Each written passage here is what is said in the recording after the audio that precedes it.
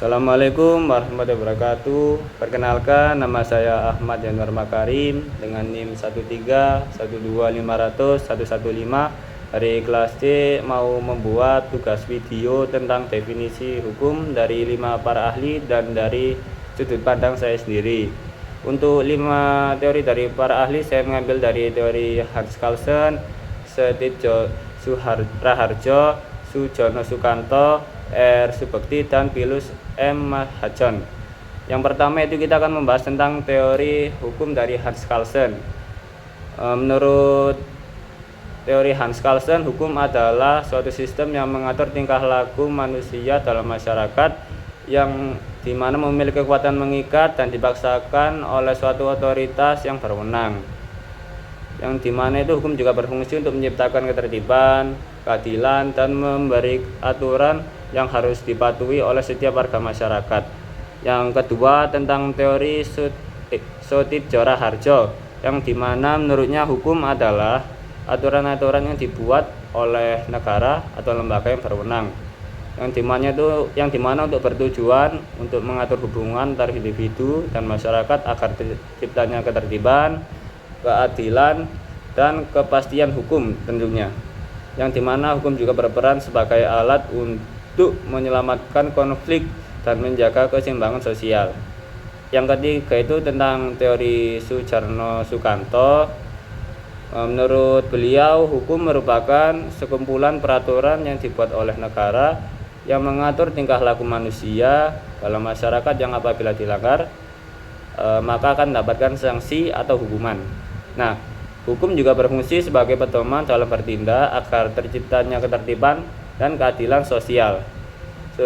Sujono Sukanto juga menekankan bahwa hukum adalah peraturan yang dibuat oleh negara dan memiliki sanksi jika dilanggar.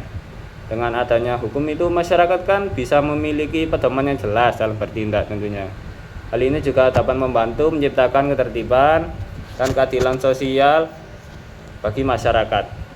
Yang keempat tentang teori R. Subekti. Menurut beliau, hukum adalah peraturan-peraturan yang bersifat memaksa yang dibuat oleh negara dan tentu untuk mengatur tingkah laku manusia dalam masyarakat sehingga dapat menciptakan ketertiban dan keadilan. Hukum juga berfungsi sebagai alat untuk mengatur hubungan antar individu agar tidak terjadi kekacauan. Yang kelima itu tentang teori Pilus M. Mahajon. Menurutnya, hukum adalah keseluruhan peraturan yang mengatur tingkah laku manusia dalam masyarakat yang dibuat dan ditegakkan oleh negara, yang dimana itu dengan tujuan untuk pasti mencapai keadilan, ketertiban, dan kepastian hukum juga. Dan hukum juga berperan sebagai acara untuk melindungi hak-hak individu dan kepentingan umum tentunya, biar adil. Dan menurut saya, definisi hukum juga sebenarnya tidak dapat didefinisikan menurut sudut pandang saya, karena saya simpulkan dari 5 teori ini itu sebenarnya hukum itu dapat didefinisikan berdasarkan sudut pandang diri sendiri, sehingga tidak ada definisi yang pasti dan konkret. Dan juga menurut saya itu juga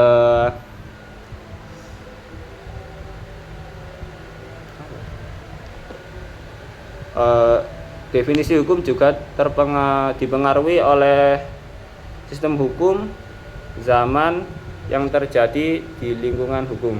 Oke, terima kasih. Sekian. Assalamualaikum warahmatullahi wabarakatuh.